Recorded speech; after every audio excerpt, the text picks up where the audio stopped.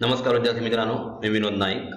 आपण पाहत आहोत इयत्ता 8वीचा विज्ञान विषय, ज्याच्यामध्ये आपण 11वा लेसन बघत आहोत. त्याचं नाव आहे मानवी शरीर व इंद्रिय संस्था. याच्यापूर्वी विद्यार्थी मित्रांनो 3 सेशन ऑलरेडी झालेले आहेत, ज्याच्यामध्ये आपण इंद्रिय म्हणजे काय किंवा इंद्रिय संस्था म्हणजे काय, जसं की आपण डायजेस्टिव्ह सिस्टीम बद्दल विचार केला होता. ऍक्च्युली आपण स्टडी केलं होतं कुठलं तर आपली जी रेस्पिरेटरी सिस्टीम आहे, त्याच्यामध्ये नाकातून श्वास कशा प्रकारे घेतला जातो आणि उच्छ्वासावाटे कार्बन डायऑक्साईड कसा बाहेर फेकला जातो. त्याच्यानंतर आपण बघितलं होतं रक्ताभिसरण संस्था, ज्याच्यामध्ये आपण बघतोय की हृदयाचं काम कशा प्रकारे चालतं, हृदयामध्ये फुफ्फुसाद्वारे कशा प्रकारे ऑक्सिजनेटेड ब्लड येतं आणि डिऑक्सिजनेटेड ब्लड फुफ्फुसाकडे जाऊन ते कशा प्रकारे उच्छ्वासावाटे बाहेर फेकलं जातं. याच्याविषयी विद्यार्थी मित्रांनो आपण आधीच्या सेशन मध्ये पाहिलेला आहे. आता त्याच सेशन मधील पुढील पार्ट म्हणजे रक्त केशिकांचं कार्य कसं चालतं, म्हणजे आपण आर्टरी किंवा व्हेन्स बद्दल बघितलेलं आहे. त्याच्या ह्या आर्टरीज किंवा व्हेन्स जशा जशा पुढे पुढे जातात, त्यांना फाटे फुटत जातात, त्यावेळेस त्यांचा व्यास बारीक होत जातो, कमी होत जातो आणि ह्यांचा स्वरूप केसांसारखं तयार होतं, म्हणजेच केशिका तयार होतात, म्हणून त्यांना कॅपिलरीज किंवा केशिका म्हटल्या जातात. तर त्यांच्याद्वारे कशा प्रकारे इतर जे पदार्थ असतात, जसे की ऑक्सिजन किंवा आपण जे काही खातो त्याचं रूपांतर ग्लुकोजमध्ये होतं, ते ग्लुकोज कशा प्रकारे पेशींमध्ये सोडलं जातं याविषयी आपण आता या सेशन मध्ये पाहणार आहोत. चला तर मग पाहूया मानवी शरीर व इंद्रिय संस्था याच्यामध्ये रक्त केशिकांचं कार्य कसं चालतं. इथे पहा, केशवाहिन्या म्हणजेच केशिका, याला कॅपिलरीज असं म्हणतात. धमन्या शरीरभर पसरताना त्यांना फाटे फुटतात, त्यांचा व्यास लहान लहान होत जाऊन त्या केसासारख्या दिसतात. आता धमन्या म्हणजे आर्टरीज काय करतात तर ऑक्सिजनेटेड ब्लड जे असतं ते शरीराच्या सर्व भागांना पुरवण्याचं काम हृदयापासून, हृदय हा एक पंप आहे आणि त्याच्यामधून रक्त बाहेर फेकलं जात असतं आणि ते सर्व शरीरभर पसरवण्याचं काम ह्या धमन्या करत असतात आणि म्हणजे आर्टरीज करत असतात. त्या जशा पुढे पुढे जातात तसे त्यांचं रूपांतर एकदम बारीक व्यास असलेल्या वाहिका वाहन म्हणजे नलिकांमध्ये होतं. त्या नलिकांनाच केशिका असं म्हणतात. केशिका म्हणजेच कॅपिलरी. केशिकांच्या भित्तिका अत्यंत बारीक, एकसरी आणि पातळ असतात. त्यांच्या भित्तिका म्हणजे जशी जशी आर्टरी पुढे जाईल आणि बारीक केसासारख्या नलिकांमध्ये जर रूपांतर होईल, म्हणजे केशिकांमध्ये रूपांतर होईल, त्यावेळेस त्यांची भित्तिका जी असते, त्यांची वॉल जी असते, ते अत्यंत बारीक होते, एकसरी आणि पातळ होतात आणि त्यामुळे केशिका आणि पेशी यांच्या दरम्यान पदार्थांची देवाणघेवाण सुलभ होते. म्हणजे ह्याच्यातून जसं आपल्याला माहित आहे की आपण खाल्लेलं जे काही ग्लुकोज वगैरे आहे, ते ग्लुकोज पेशींपर्यंत पोहोचवण्याचं किंवा रक्तामध्ये असलेला ऑक्सिजन यांची देवाणघेवाण होऊन सेलमध्ये क्रेब्स सायकलच्या मार्फत कशा प्रकारे रिएक्शन होते ते आपण याच्यापूर्वी बघितलेलं आहे आणि जास्त डिटेलमध्ये आपण बघणार आहोत ते इयत्ता 10वी मध्ये. क्रेब्स सायकलच्या मार्फत कशा प्रकारे एटीपी मॉलिक्युल्स तयार होतात.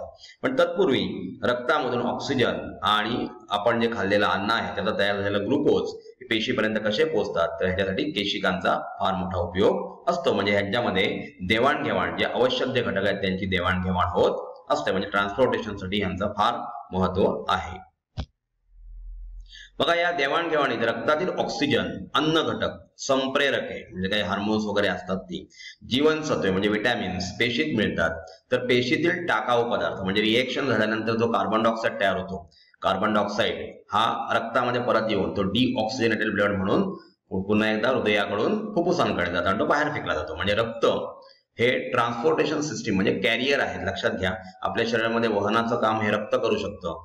केशिका एकमेकांना जोडल्या जातात, जोडल्या जाऊन त्यांच्यापासून जास्त व्यासाच्या वाहिन्या तयार होतात. त्याला आपण शिरा असे म्हणतो. प्रत्येक अवयवांमध्ये केशिकांचे जाळे पसरलेले असते म्हणजे व्हेन्स.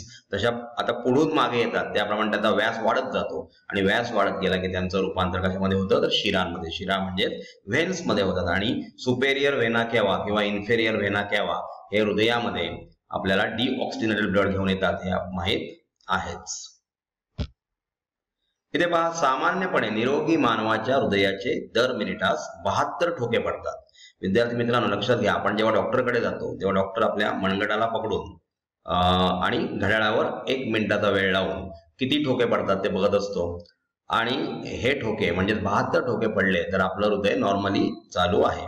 व्यायाम व काम केल्याने तसेच मनात निर्माण होणाऱ्या भावनांमुळे हृदयाचे ठोके वाढतात. म्हणजे आपण घाबरलो किंवा समजा आपण खूपच आनंदी असू तर त्यावेळेस सुद्धा आपल्या हृदयाचे ठोके वाढलेले आपल्याला दिसतात. किंवा व्यायाम एक्सरसाइज केला किंवा कोणतेही काम केलं किंवा काही स्टेप्स चालून आपण वर आलो तर आपल्या हृदयाचे ठोके वाढलेले आपल्याला दिसतात.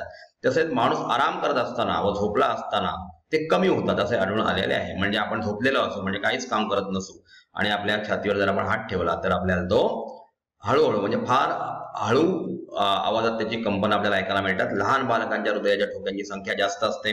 म्हणजे प्रौढ जे असतात त्यांचे हृदयाचे ठोके किती असतात एका मिनिटात, तर 72 असतात, 72. हृदयाचे ठोके पडत असताना 2 प्रकारचे आवाज येतात. त्यातील एका आवाजाचे वर्णन लब तर दुसऱ्या आवाजाचे वर्णन डब असे करतात. म्हणजे लब डब असे त्यांचे आवाज येत असतात. हृदय म्हणजे सिस्टोल आणि डायस्टोल त्याला म्हटलं जातं. हृदय प्रत्येक ठोक्याला सुमारे 75 मिलीलिटर रक्त ढकलते. म्हणजे 75 मिलीलिटर एवढं रक्त प्रत्येक ठोक्याला बाहेर काढलं जातं. आपला ब्लड प्रेशर आपण बघतो 120/80 म्हणजे 120 ब्लड बाहेर काढलं जातं 120 ml आणि जे आहे ते 70 ब्लड आतमध्ये घेतलं जातं. म्हणजे 75 मिलीलिटर रक्त जे आहे ते बाहेर प्रत्येक ठोक्याला लब केल्यानंतर ढकललं जातं. लब डब असा आपल्या हृदयाचा आवाज चालू असतो. पहा, हृदयातील रक्ताभिसरण किंवा हृदयाचे कार्य कसे चालतं, म्हणजे ब्लड सर्क्युलेशन हृदयामार्फत कसं चालतं बघूया. विद्यार्थी मित्रांनो लक्षात घ्या, हृदय हा फार महत्वाचा असा पंप आहे जो आपल्या शरीरभर रक्त पसरवण्याचं काम करतो. आणि आपल्याला माहितीच आहे रक्तामधून वेगवेगळ्या प्रकारचे हार्मोन्स किंवा ऑक्सिजन, कार्बन डायऑक्साईड यांचं वहन केलं जातं. जर रक्त नसतं तर आपण जीवन जगू शकलो नसतो. हृदयाद्वारे शरीराच्या विविध अवयवांकडे रक्त पोहोचवण्याच्या आणि तेथून परत हृदयाकडे आणण्याच्या क्रियेस रक्ताभिसरण म्हणतात. म्हणजे आर्टरीज मार्फत रक्त विविध अवयवांकडे पोहोचलं जातं आणि ज्या व्हेन्स असतात त्यांच्या मार्फत रक्त डिऑक्सिजनेटेड ब्लड जे आहे ते परत हृदयाकडे शुद्ध करण्यासाठी आणलं जातं. ह्या प्रोसेसला ब्लड सर्क्युलेशन किंवा मराठीमध्ये रक्ताभिसरण असं म्हटलं जातं. रक्त सतत फिरते राहण्यासाठी हृदयाच्या आकुंचन आणि शिथिलीकरण या एकांतरित प्रक्रिया घडत असतात. म्हणजे कॉन्ट्रॅक्ट रिलॅक्स या प्रक्रियेला डायस्टोल आणि सिस्टोल असं म्हटलं जातं. हृदयाचे लागोपाठच्या एक आकुंचन व एक शिथिलीकरण मिळून हृदयाचा एक ठोका तयार होतो. म्हणजे आकुंचन आणि शिथिलीकरण म्हणजे कॉन्ट्रॅक्ट होतो, रिलॅक्स होतो, हे झाला एक ठोका. अशा प्रकारे 72 ठोके एका मिनिटात, म्हणजे निरोगी माणूस जो आहे त्याला हृदयामध्ये काही प्रॉब्लेम नाही अशा माणसाचे 72 ठोके पडत असतात एका मिनिटाला. पहा, बारीक छिद्र असणारी 2 फुटी लांब रबरी नळी, घड्याळ आणि नरसाळे घ्या. रबरी नळीच्या एका टोकाला नरसाळे म्हणजे फनेल जोडायचं आहे. नरसाळ्याचे उघडे तोंड छाती वर डाव्या बाजूला ठेवा. नळीचे दुसरे टोक हृदयाचा आवाज ऐकण्यासाठी कानाजवळ ठेवा. घड्याळाच्या मदतीने एका मिनिटात हृदयाचे किती ठोके होतात ते नोंदवा. आता अशा प्रकारचं इन्स्ट्रुमेंट आपण बघितलेलं आहे. इथे नरसाळ वापरलं जात नाही, त्याला स्टेथोस्कोप असं म्हटलं जातं. म्हणजे आपण इथे बघतो डॉक्टर आपल्या हृदयाच्या इथे काहीतरी एक चकतीसारखे ठेवून म्हणजे स्टेथोस्कोप ठेवून ते आपल्या कानाच्या मार्फत अशा प्रकारचा आवाज ऐकत असतात आणि घड्याळ लावून एका मिनिटात 72 ठोके येतात का हे बघत असतात आणि ह्याच्या प्रकारे सांगतात की हा माणूस निरोगी आहे, तो हृदय व्यवस्थित चाललेलं आहे. म्हणजे हाच प्रयोग आपण घरच्या घरी यांनी दिलेले साहित्य वापरून करू शकतो. तेव्हा नाडीचे ठोके, हृदयाचे ठोके व हाताच्या नाडीचे ठोके यांचा सहसंबंध शोधा. म्हणजे ही लक्षात घ्या, ही आर्टेरी आहे, जशी पायापासून आलेली आर्टेरी आहे. आपण मनगटाला हात लावून जर ठोके बघितले तर हृदय जसं चालतं त्याप्रमाणेच ही नळी अशी उडत असते आणि त्यामुळे तेवढेच ठोके या नळीच्या मार्फत पडत असतात. त्याला नाडीचे ठोके असं म्हटलं जातं. आता काही प्रश्न दिलेले विद्यार्थी मित्रांनो, याचा आन्सर आपल्याला शोधून काढायचा आहे. जर आपल्याला हे आन्सर आलं नाही तर आम्ही तुम्हाला हे आन्सर शोधण्यासाठी पुढल्या व्हिडिओमध्ये काय करणार, मदत करणार आहोत. कानांच्या मागे किंवा पायांच्या टाचेच्या वरच्या बाजूस सुद्धा ठोके अनुभवले जातात. हे ठोके कशामुळे होतात, किंवा बोट कापले किंवा कुठेही जखम झाली की काय वाहते हे आपल्याला कळायला पाहिजे. आपल्याला काय वाहते तर माहिती असतं की रक्त बाहेर निघतं. आता आपण पुढल्या स्लाइडमध्ये रक्ताबद्दल जास्त माहिती घेणार आहोत. बघा, रक्त हा लाल रंगाचा एक प्रवाही पदार्थ आहे. म्हणजे हा ट्रान्सपोर्ट करतो, प्रवाही आहे म्हणजे वाहणारा पदार्थ आहे. रक्त ही द्रायू संयोगी ऊती आहे. द्रायू म्हणजे द्रव आणि वायू, याच्यामध्ये ऑक्सिजन हा वायू असतो आणि द्रव पाणी जास्त प्रमाणात असतं. संयोगी ऊती म्हणजे कनेक्टिव्ह टिश्यू आहे. ऑक्सिजनयुक्त रक्ताचा रंग लाल भडक असतो आणि चव खारट असते. लक्षात घ्या, आपण आपलं काही कापलं वगैरे की रक्त बाहेर येतं, त्याचा रंग कसा असतो तर लाल भडक असतो आणि चव कशी असते तर खारट असते. आता पीएच म्हणजेच पोटेन्स ऑफ हायड्रोजन, म्हणजेच पोटेन्स हा लॅटिन वर्ड आहे, ज्याचं मिनिंग आहे कॉन्सन्ट्रेशन. म्हणजे सहती किती हायड्रोजन आयनची 7.4. रक्त 2 प्रमुख घटकांनी बनलेले असते. घटक कोणते ते आपण पुढे पाहणार आहोत. आता लक्षात घ्या, सामू 7.4. 7 जर पीएच असेल तर न्यूट्रल, 7च्या खाली पीएच असेल तर ऍसिडिक आणि 7च्या वर पीएच असेल तर बेसिक. म्हणजे आपण साधारण न्यूट्रल पासून बेसिक कडे झोपण्याचा रक्ताचा कल असतो, हे लक्षात घ्यायला पाहिजे. पहा, रक्तद्रव आणि रक्तकणिका म्हणजे ब्लड कार्पसेस. जसे आपण दोन प्रकारचे कार्पसेस बघितले, आरबीसीज आणि डब्ल्यूबीसीज. त्याचप्रमाणे प्लेटलेट सुद्धा असतात चंद्रकोरीच्या आकाराच्या. आता पहिला आपण रक्तद्रव बघूया. रक्तद्रव फिकट पिवळसर रंगाचा, नितळ, काहीसा अमलारी धर्मी. कारण तुम्हाला माहिती आहे पीएच 7.4 आहे, म्हणजे हा अमलारी धर्माकडे झुकलेला आहे, बेसिक तेकडे झुकलेला आहे. असा हा द्रव असतो. यात सुमारे 90 ते 92% विद्यार्थी मित्रांनो पाणीच आहे. पाणी असल्यामुळे त्याला प्रवाहित पदार्थ तो तयार होतो. 6 ते 8% प्रथिने असतात आणि 1 ते 2% असेंद्रिय क्षार म्हणजे इनऑर्गॅनिक सॉल्ट त्याच्यामध्ये असतात आणि इतर घटक असतात. त्याचप्रमाणे अल्बुमिन बघा, संबंध शरीरभर पाणी विभागण्याचे काम अल्ब्युमिन्स करत असतात. ग्लोब्युलिन्सचं काम संरक्षणाचं असतं. आपल्या शरीरामध्ये काही व्हायरस शिरले तर ग्लोब्युलिन्स संरक्षणासाठी पुढे येत असतात. फायब्रिनोजेन व प्रोथ्रोम्बिन रक्त गोठण्याच्या क्रियेत मदत करतात. म्हणजे आपल्याला जखम झाली तर कालांतराने ती जखम गोठते, तर फायब्रिनोजेन आणि प्रोथ्रोम्बिनचं काम इथे खूप महत्वाचं आहे. असेंद्रिय आयने म्हणजे इनऑर्गॅनिक आयन्स कोणकोणते आहेत? Calcium, sodium, potassium.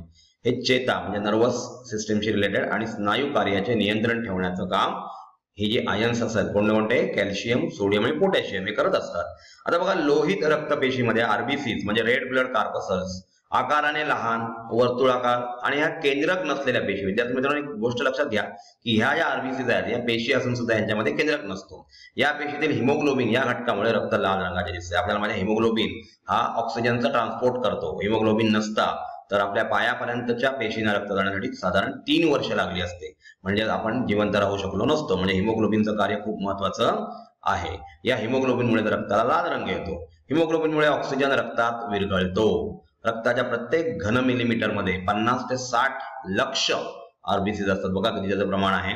आरबीसीची निर्मिती अस्थिमज्जेत म्हणजे बोन मॅरो मध्ये होत असते व त्या सुमारे 100 ते 127 दिवस जगतात. म्हणजे त्यांचं लाईफ 100 ते 127 दिवस असं असतं. त्याच्यानंतर नवीन अस्थिमज्जेतून म्हणजे बोन मॅरो मधून नवीन आरबीसीज तयार होत असतात. आता बघा, श्वेत रक्तकणिका म्हणजे पांढऱ्या पेशी यांना डब्ल्यूबीसीज असं म्हणतात. व्हाईट ब्लड कार्पसस या सैनिक पेशी आहेत. एखादा व्हायरस एखादी फॉरेन बॉडी आपल्या रक्तामध्ये आली तर तिला मारण्याचं काम या डब्ल्यूबीसीज करत असतात. आकाराने मोठ्या, केंद्रकयुक्त आहेत. आरबीसी केंद्रकयुक्त नसतात. रंगहीन पेशी रक्ताच्या प्रत्येक घन मिलीमीटर मध्ये या साधारण 5000 ते 10000 पांढऱ्या पेशी असतात. म्हणजे आरबीसीच्या तुलनेत ह्या कमी पेशी असतात. या पेशींचे 5 प्रकार आहेत, ते म्हणजे बेसोफिल, इओसिनोफिल, न्यूट्रोफिल, मोनोसाइट्स आणि लिम्फोसाइट्स अशा 5 प्रकारच्या या पेशी असतात. पांढऱ्या पेशींची निर्मिती सुद्धा अस्थिमज्जेत म्हणजे बोन मॅरो मध्ये होत असते. विद्यार्थी मित्रांनो, ह्या गोष्टी लक्षात ठेवा की बोन मॅरो मध्ये आरबीसीज आणि डब्ल्यूबीसीज या दोघांची निर्मिती होत असते. आता डब्ल्यूबीसीचं कार्य काय आहे? पांढऱ्या पेशी आपल्या शरीरात सैनिकाचे काम करत असतात. म्हणजे कोणताही व्हायरस शिरला तर त्याला मारण्याचं काम ह्या डब्ल्यूबीसीज करत असतात. शरीरात कुठेही रोगजंतूंचा शिरकाव झाल्यास त्यावर या पेशी हल्ला करतात.